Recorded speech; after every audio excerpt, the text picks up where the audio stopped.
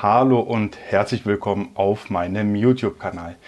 Ich habe einen ganz interessanten Beitrag zum Thema Auswandern als Rentner nach Polen gefunden und den möchte ich gerne mal mit euch zusammen durchgehen. Also wir werden jetzt den ganzen Text gleich zusammen durchgehen und ja, wenn ich immer irgendeine interessante Stelle finde, werde ich mal hin und wieder vielleicht einen Kommentar dazu abgeben. Und ja, dazu nehme ich euch jetzt auch direkt mit bei mir auf meinen Bildschirm. So, und jetzt haben wir hier auch schon den Beitrag. Das ist der Beitrag von der Seite auswandernhandbuch.de.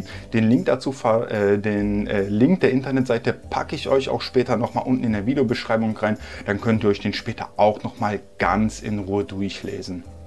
So, dann gehen wir auch mal gleich sofort den Beitrag durch. Hier sehen wir, der ist auch vom 18.01.2023, ja, ich sage jetzt mal ganz grob ein halbes Jahr alt, also relativ aktuell würde ich jetzt mal sagen. So. Als Rentner nach Polen auswandern. Gute Gründe für den Osten. Gehen wir mal runter. Polen wird für immer mehr Auswanderer im Rentenalter interessant. Die Lebenshaltungskosten zählen zu den niedrigsten in Europa. Das Nachbarland ist zudem sicher und lässt sich leicht bereisen. Auch landschaftlich hat Polen eine große Vielfalt zu bieten, sodass sich ein genauer Hinblick lohnt. Also zu der Sicherheit, das kann ich auf jeden Fall bestätigen. Ich in Polen fühle mich hier persönlich sehr, sehr sicher auf der Straße, ob am Tag oder in der Nacht. Gehen wir weiter runter. Beliebte Region für den Ruhestand. Einer der beliebtesten Urlaubsziele des Landes ist die Masurische Seeplatte, die aus mehr als 2000 Seen im Nordosten Polens besteht. Bootsfahrer können dank des ausgedehnten Netzes von Flüssen und Kanälen leicht zwischen den Seen navigieren. Die Seeplatte ist ideal für Menschen, die Natur, Wassersport, Angeln oder Segeln mögen. Also ich persönlich war noch nie wirklich an den überhaupt in den Masuren, also ich habe da noch nie wirklich Urlaub gemacht. Das will ich mir aber auch nochmal das will ich auch in Zukunft nochmal machen. Das ist auf jeden Fall ein ganz, ganz, ganz großes Ziel von mir. Vielleicht kennt ja jemand einen ganz interessanten, tollen Ort, den man besuchen kann. Könnt ihr mir mal gerne in den Kommentaren hinterlassen, weil ich suche schon immer eine ganz gute Stelle, gerade auch an den Masuren, wo ich mal vielleicht eine Woche verbringen kann. So, und gehen wir mal weiter. Wer wandern und/oder Wintersport bevorzugt, sollte die Tatra-Gebirgen im südlichen Teil des Landes nahe der slowakischen Grenze besuchen. Rentner sind beispielsweise in den Ferien- und Kurstadt Zakopane gut aufgehoben, die für ihre charmante Holzhäuser bekannt ist. So. Ja, man muss aber auch hier sagen, dass Zakopane gerade in den, sage ich mal, Ferienzeiten sehr überlaufen und sehr voll ist. Also ist wirklich ein schöner Ort, aber wenn man jetzt, so wie es jetzt hier beschrieben wird, als Rentner, sage ich jetzt mal, seine Ruhe haben möchte, dann vielleicht sollte man Zakopane gerade in der Ferienzeit meiden. Aber es gibt auch andere schöne Orte in Polen, wo es sehr schöne Berge gibt. Das ist zum Beispiel Szklarska Porębie. Das ist auch ein sehr, sehr, sehr toller Ort, kann ich auch jedem empfehlen, war ich einmal echt klasse. Ich habe auch übrigens, wenn wir schon beim Thema Zakopane sind, ich war da auch, bei mir auf dem Kanal sind auch ein paar Videos zum Thema Zakopane, packe ich euch später auch nochmal in der Videobeschreibung unten rein, da könnt ihr euch die später auch nochmal anschauen und ja, euch dann eure eigene Meinung dazu bilden. Wer an der Küste leben möchte, kann die im Norden gelegene ehemalige Hansastadt Danzig in Betracht ziehen. Danzig ist die wichtigste polnische Hafenstadt an der Ostsee mit knapp 600.000 Einwohnern. Die Stadt ist bekannt für die farbenfrohe Altstadt, den hübschen Hafen mit kleinen Bars, Cafés und Fischerrestaurants sowie einer Vielzahl an historischen Gebäuden und Museen. Wer in Danzig wohnt, hat es nicht weit zu einigen schönen Stränden, die auch in der Hochsaison im Sommer nicht überfüllt sind. Alternativ kann man die Wochenende mit Segeln und Angeln in den Gewässern der Danziger Bucht verbringen. Okay, die Strände, die möchte ich mal gerne sehen, die in Danzig zur Hochsaison nicht überfüllt sind. Vielleicht gibt es wirklich welche, also will ich nicht abstreiten, aber ich weiß, dass einige meiner Zuschauer aus Danzig sind. Wenn es da wirklich welche gibt, vielleicht könnt ihr mir das mal schreiben, welche Strände zur Hochsaison nicht überfüllt sind. Alles andere würde ich sagen, stimme ich jetzt zu. Danzig ist wirklich eine sehr, sehr tolle Stadt. Gerade die Altstadt, das ist wirklich, also für mich persönlich ein Traum. Habe ich auch ein Video dazu gemacht, packe ich euch auch in der Videobeschreibung rein. Könnt ihr euch auf jeden Fall anschauen. Also Danzig, echt eine Top-Stadt. Zumindest auch für ein Wochenende kann ich das jedem einmal empfehlen. Ja, hier haben wir auch übrigens Danzig, also hier auf dem Bild jetzt Danzig, die Stadt. Genau, sehr schön. Dann gehen wir mal weiter. Die 2 Millionen Einwohnerstadt Warschau liegt im Zentrum des Landes und ist nur eine 2- bis 3-stündige Zugfahrt von den Bergen im Süden oder der Ostsee im Norden entfernt. Wer sich also nicht zwischen den Bergen, der Küste oder dem Flachland entscheiden kann, für den ist möglicherweise die pulsierende Hauptstadt genau das Richtige. Die im Zweiten Weltkrieg zerstörte, aber danach weitgehend originalgetreu wieder aufgebaute Altstadt ist sogar UNESCO-Weltkulturerbe. In Polen ist Warschau klar das wichtigste wirtschaftliche und kulturelle Zentrum des Landes. Im internationalen Vergleich mit anderen europäischen Hauptstädten ist Warschau ein relativ erschwinglicher Ort zum Leben. Die Stadt besitzt einen boomenden Arbeitsmarkt und die höchsten Immobilienpreise, Lebenshaltungskosten des Landes. Ja, also Warschau ist wirklich eine, ich sage jetzt mal, chaotische Stadt. Da ist sehr viel. Ich würde jetzt mal auch ganz, ganz vorsichtig behaupten, Warschau zieht ein bisschen mehr so dieses europäische Klima an. Und es ist wirklich sehr, sehr chaotisch. Und ja, das stimmt auch, was hier drin steht. Die Immobilienpreise sind, hier steht sogar die höchsten Immobilienpreise. Das kann sogar sein, zumindest mit einer unter den Top 3 teuersten Städten in ganz Polen. Und ja, muss jeder für sich selbst entscheiden, ob er sagt, okay, ich will da leben und ja, auch dafür bezahlen. Aber dafür ist es halt wirklich auch eine sehr schöne Stadt mit sehr vielen Museen, wie es ja auch beschrieben ist, und wirklich auch, ja, auch kann man ein Wochenende dort mal verbringen. So, gehen wir mal weiter. Die zweitgrößte Stadt des Landes, Krakau, ist gut geeignet für Rentner, die ein langsameres Lebenstempo bevorzugen als die Hauptstadt. Mit knapp 760.000 Einwohnern bietet Krakau aber dennoch einiges an Großstadtflair. In Krakau leben sehr viele junge Menschen, über 100.000 Studierende haben sich an den 20 öffentlichen und privaten Hochschulen eingeschrieben. Die ehemalige Hauptstadt Polens ist einer der wenigen europäischen Städte, die im Zweiten Weltkrieg kaum zerstört wurden. Der Marktplatz gilt als einer der schönsten der Welt und bei zahlreichen anderen historischen Gebäuden in der Innenstadt lässt sich die gut erhaltene historische Architektur bewundern. Das Altstadtviertel von Krakau beherbergt viele Bars, Restaurants, Kunstgalerien und Geschäfte. Krakau ist eine kompakte Stadt, die sich hervorragend zu Fuß erkunden lässt. Ich war mal vor circa 5, 6 Jahren in Krakau und ich muss sagen, Krakau ist wirklich eine sehr, sehr schöne Stadt. Hier sind sogar Sachen, die ich vorher gar nicht gewusst habe, dass die im Zweiten Weltkrieg, so wie es zumindest hier steht, kaum zerstört wurde. Ich weiß jetzt nicht, wie weit das jetzt richtig oder falsch ist, aber ich persönlich habe das nicht gewusst und ja, das freut mich auf jeden Fall zu hören, irgendetwas Neues jetzt wieder gelernt zu haben. Und ja, in Krakau hat man auch sehr, sehr viele Studenten. Ich kann mich erinnern, ich habe da damals die Fußballstadien besucht und wenn in Polen ein Derby ist, ist das ein bisschen anders wie in Deutschland. Und die Stadien, die sind ungefähr, sage ich jetzt mal, knapp 1 Kilometer Luftlinie voneinander entfernt. Aber ansonsten ist das wirklich eine sehr, sehr, sehr schöne Stadt, Krakau. Ja, kann ich auch empfehlen, zumindest mal ein Wochenende dort auch mal zu verbringen. So, hier haben wir jetzt auch nochmal ein Bild von der Stadt Krakau. Genau. Hier der Autor übrigens, den Namen werde ich gleich vorlesen, den habe ich jetzt hier nicht parat. Der hat auch übrigens das Buch hier rausgebracht, das Auswanderhandbuch. Ja, wenn ich hier draufklicke, wird ihr wahrscheinlich zu dem Amazon-Link kommen, könnt ihr euch das dann vielleicht auch bestellen. Wird sich der Verfasser des Textes und auch der Autor des Buches wahrscheinlich sehr freuen. So, Anreise. Die Zugfahrt von Berlin nach Warschau dauert 5,5 Stunden und ist damit ähnlich lang wie eine Zugfahrt quer durch Deutschland von Hamburg nach München. Wem das zu lange dauert, kann alternativ auch per Flugzeug einreisen. Flüge aus Deutschland nach Polen dauern je nach gewählten Abflugort ca. 1,5 bis 2,5 Stunden. Sowohl die Lufthansa als auch Billigfluglinien wie Ryanair bieten regelmäßige Verbindungen nach Polen, unter anderem Danzig, Krakau oder Warschau an. Ja, das kann ich sogar bestätigen, wo ich noch in Deutschland gewohnt habe. Also ich bin ja gebürtiger Dortmunder und ich bin verdammt oft immer von Dortmund entweder nach, wo bin ich geflogen? Nach Katowice bin ich geflogen, weil da gibt es dann auch immer diese Direktflüge von Dortmund nach Katowice, von Dortmund nach Masuren, auch Warschau teilweise.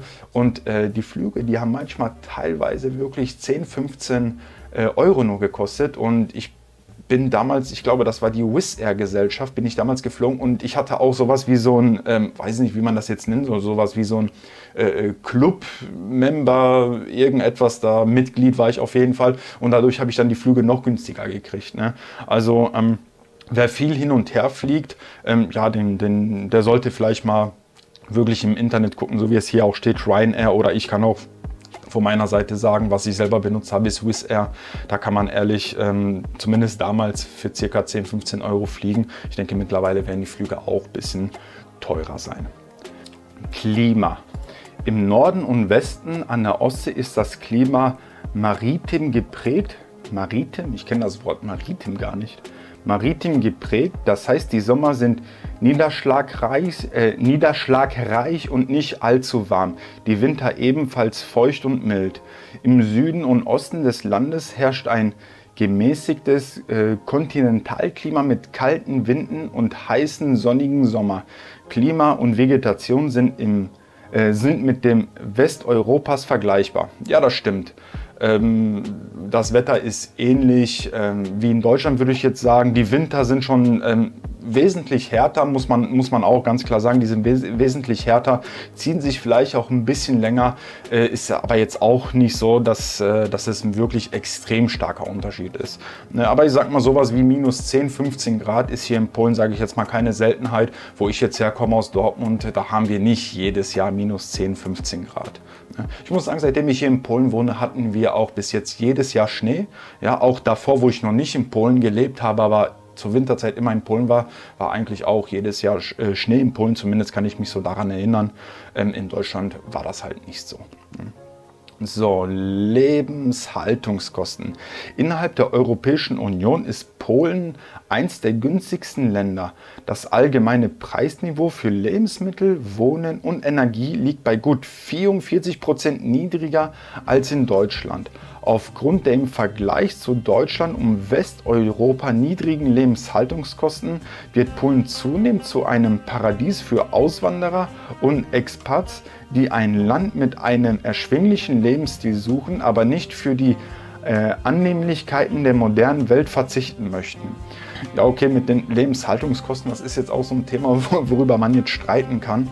Man sieht jetzt hier auch, hier sind so Beispiele aufgezeichnet, Essen in einem preiswerten Restaurant, 6,39 Euro, Cappuccino, 2,84 €, ein Apartment im Stadtzentrum 554 Euro.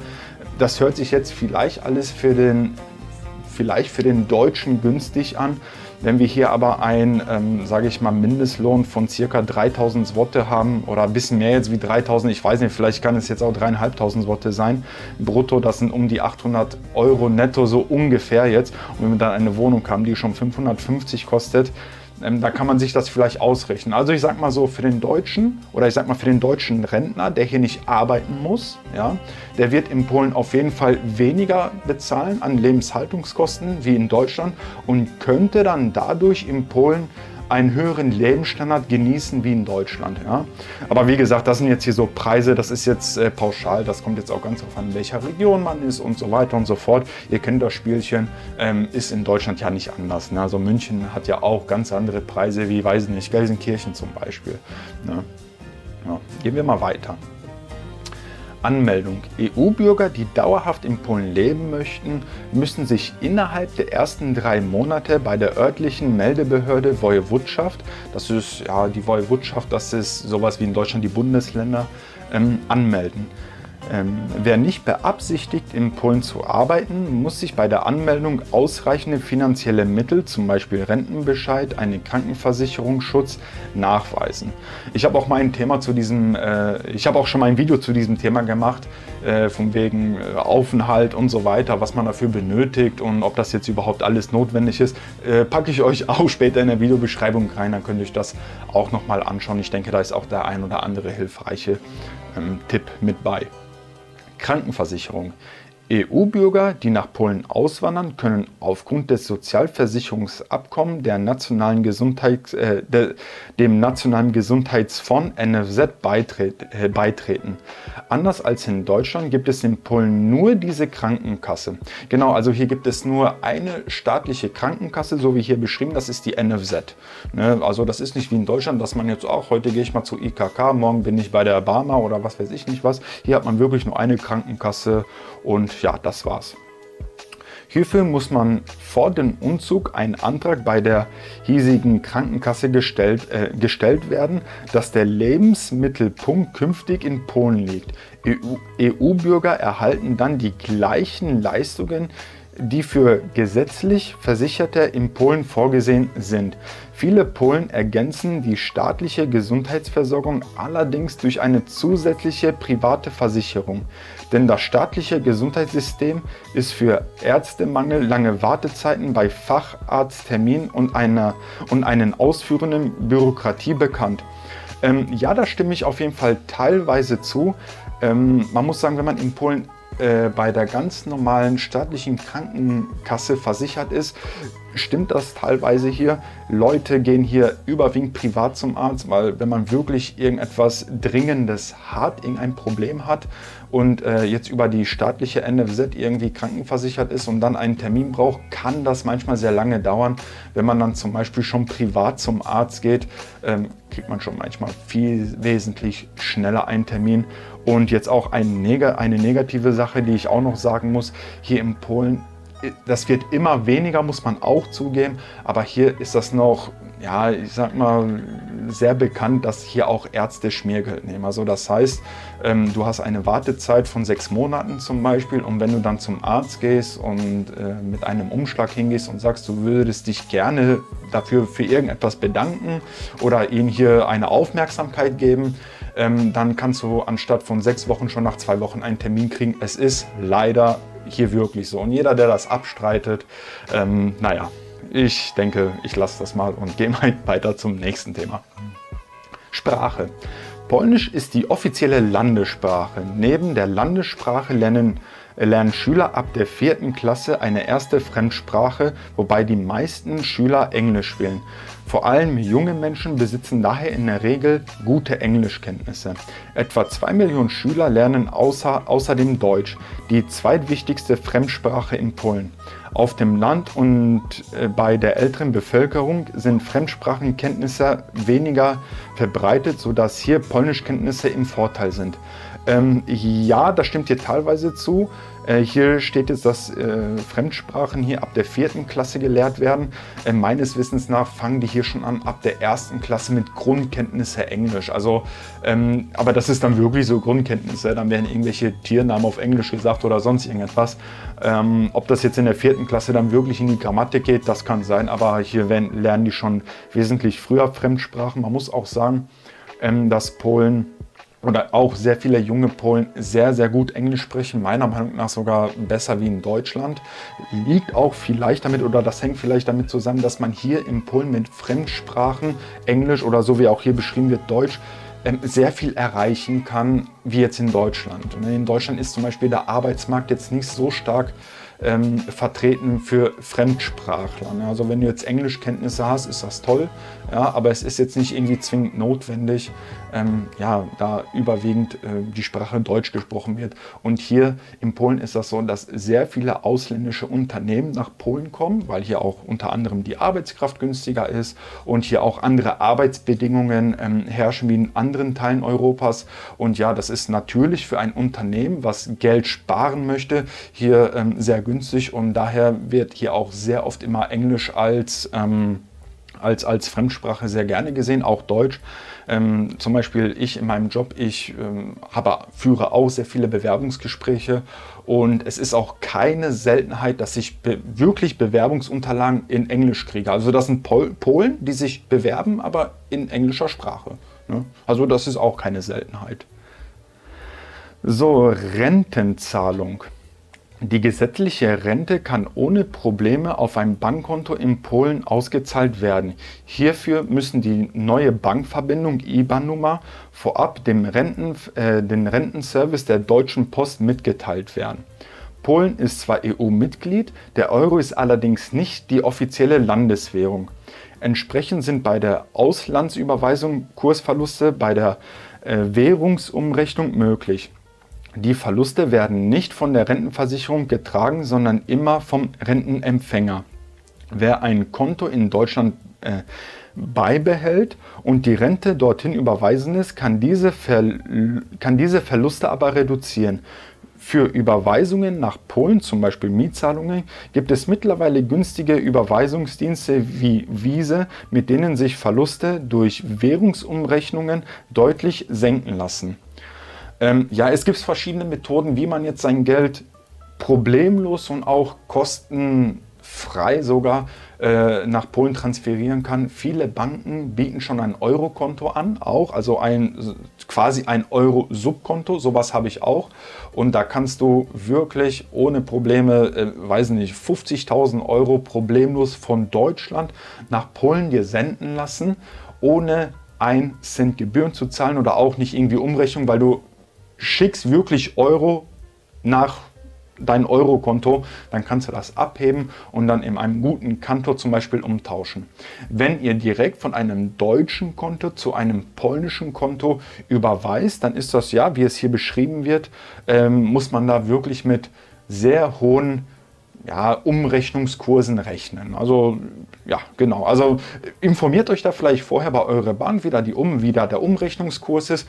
Ansonsten, wenn ihr in Polen seid, geht zur Bank und fragt, ob die Möglichkeit besteht, ein kostenfreies Euro-Subkonto zu eröffnen, und informiert euch da einfach. Also ich habe auch so ein Konto und ich habe damit wirklich keine Probleme.